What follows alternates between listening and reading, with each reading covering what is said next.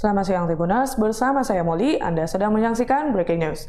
Lembaga Bantuan Hukum atau LBH Medan angkat bicara soal tersangka penganiayaan pelajar di minimarket Medan Johor, Kota Medan, Sumatera Utara, Halpian Sembiring Meliala berusia 45 tahun yang tidak ditahan oleh Polrestabes Medan. Kepala Divisi Sipil Politik LBH Medan, Maswan Tambak, mengatakan seharusnya pelaku bisa saja ditahan.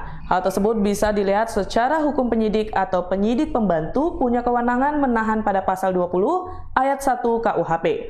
Dia menjelaskan bila mengacu ke pasal 21 ayat 4 huruf A, memang mensyaratkan penahanan dilakukan terhadap perbuatan yang diancam dengan penjara 5 tahun atau lebih.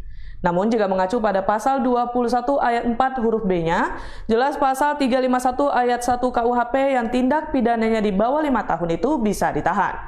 Oleh karena itu, menurut Maswan mudah saja bagi penyidik untuk bisa menahan tersangka meskipun disangkakan pasal 76C Junto 80 ayat 1 Undang-Undang 35 2014 dengan ancaman paling lama 3 tahun 6 bulan dan dihubungkan dengan pasal 351 ayat 1 KUHP. Maswan menyebutkan mengenai tidak ditahannya tersangka, memang penyidik juga punya kewenangan. Tapi hal tersebut mencederai rasa adil bagi korban dan masyarakat. Ia menilai ada potensi penyidik menyalahgunakan kewenangan, sebab berdasarkan beberapa kasus belakangan, pada dasarnya pelaku penganiayaan pasti ditahan. Terlebih pelaku yang datang dari kalangan orang miskin. Sebelumnya, Kabid Humas Polda Sumatera Utara Kombes Pol Hadi Wahyudi mengungkapkan tersangka tak ditahan karena hukuman yang disangkakan di bawah 5 tahun. Wahyudi juga mengatakan penyidik sudah bekerja profesional dalam menangani kasus ini dan sudah menerapkan Undang-Undang Nomor 35 Tahun 2014 tentang Perlindungan Anak. Meski tidak ditahan karena ancaman hukumannya di bawah 5 tahun penjara, Hadian dikenakan wajib lapor seminggu sekali kepada penyidik. Pasal yang disangkakan kepada Hadian adalah pasal 80 ayat 1 Junto 76C Undang-Undang RI Nomor 35 Tahun 2014 tentang perubahan atas Undang-Undang RI Nomor 23 Tahun 2002 tentang Perlindungan Anak dengan ancaman hukuman paling singkat 3 tahun 6 bulan dan denda paling banyak 72 juta rupiah. Salam sejahtera bagi kita sekalian, rekan-rekan media.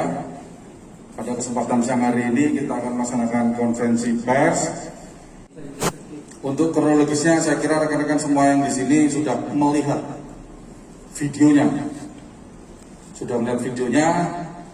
Yang bersangkutan atau anak korban ketika belanja di salah satu minimarket di Kota Medan, kemudian melihat kendaraannya sempat tersenggol oleh mobil tersangka. Kemudian anak korban meminta tersangka untuk meminggirkan mobilnya. Namun yang diterima oleh anak korban adalah penganiayaan yang dilakukan oleh tersangka. Keterangan awal yang disampaikan oleh tersangka bahwa yang bersangkutan motifnya adalah karena sakit hati. Sakit hati karena merasa anak korban ini tidak sopan sama dia, kata-katanya. Cukup? Lengkap Pak, STNK semua lengkap. Udah dibawa dari surat. Dan juga plat nomor yang masih sudah saya sarankan. Cukup ya? Umur 17 tahun, inisial FA. Kemudian dari laporan polisi tersebut, rekan-rekan Satreskrim melakukan penyelidikan untuk mengetahui atau mencari tersangka dengan bekal CCTV, kemudian saksi-saksi yang melihat. Kemudian kita mendapatkan informasi terkait dengan identitas pelaku. Kita agak kesulitan dari tanggal 16 baru bisa kita amankan kemarin ya. Baru kita bisa amankan kemarin karena identitas kendaraan atau nomor kendaraan yang kita dapatkan tidak terdaftar di Samsat. Dan sampai sekarang yang bersangkutan atau yang sudah kita tetapkan jadi tersangka, pelaku ini belum bisa menghadirkan kendaraannya. Kita akan dalami nomor polisi tersebut. Namun dari hasil penyelidikan rekan-rekan Satreskrim, kita bisa dapatkan identitas tersangka, kemudian kita berhasil mengamankan tersangka kemarin yang kebetulan sedang berkumpul dengan rekan-rekannya. di salah satu kafe di daerah Johor, Kota Medan.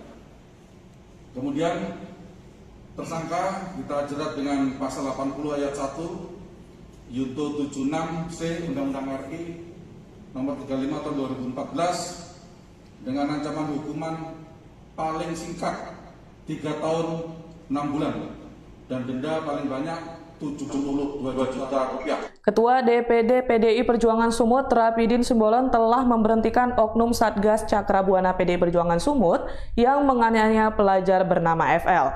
Rapidin menegaskan kepada seluruh anggota Satgas Cakra Buana tidak boleh bertindak arogan dan harus menjunjung tinggi nilai-nilai Pancasila. Mantan Bupati Samosir itu juga menekankan tindakan yang dilakukan Halpian Sembiring Meliala merupakan tindakan pribadi tanpa ada sangkut paut dengan PDI Perjuangan. Terakhir, Rapidin dalam waktu dekat akan mengumpulkan para komandan Satgas untuk melakukan evaluasi mendasar. Tujuannya agar kejadian serupa tak terulang kembali. Demikian breaking news kali ini. Nantikan terus informasi terbaru lainnya di Facebook dan kanal YouTube Tribun Medan TV.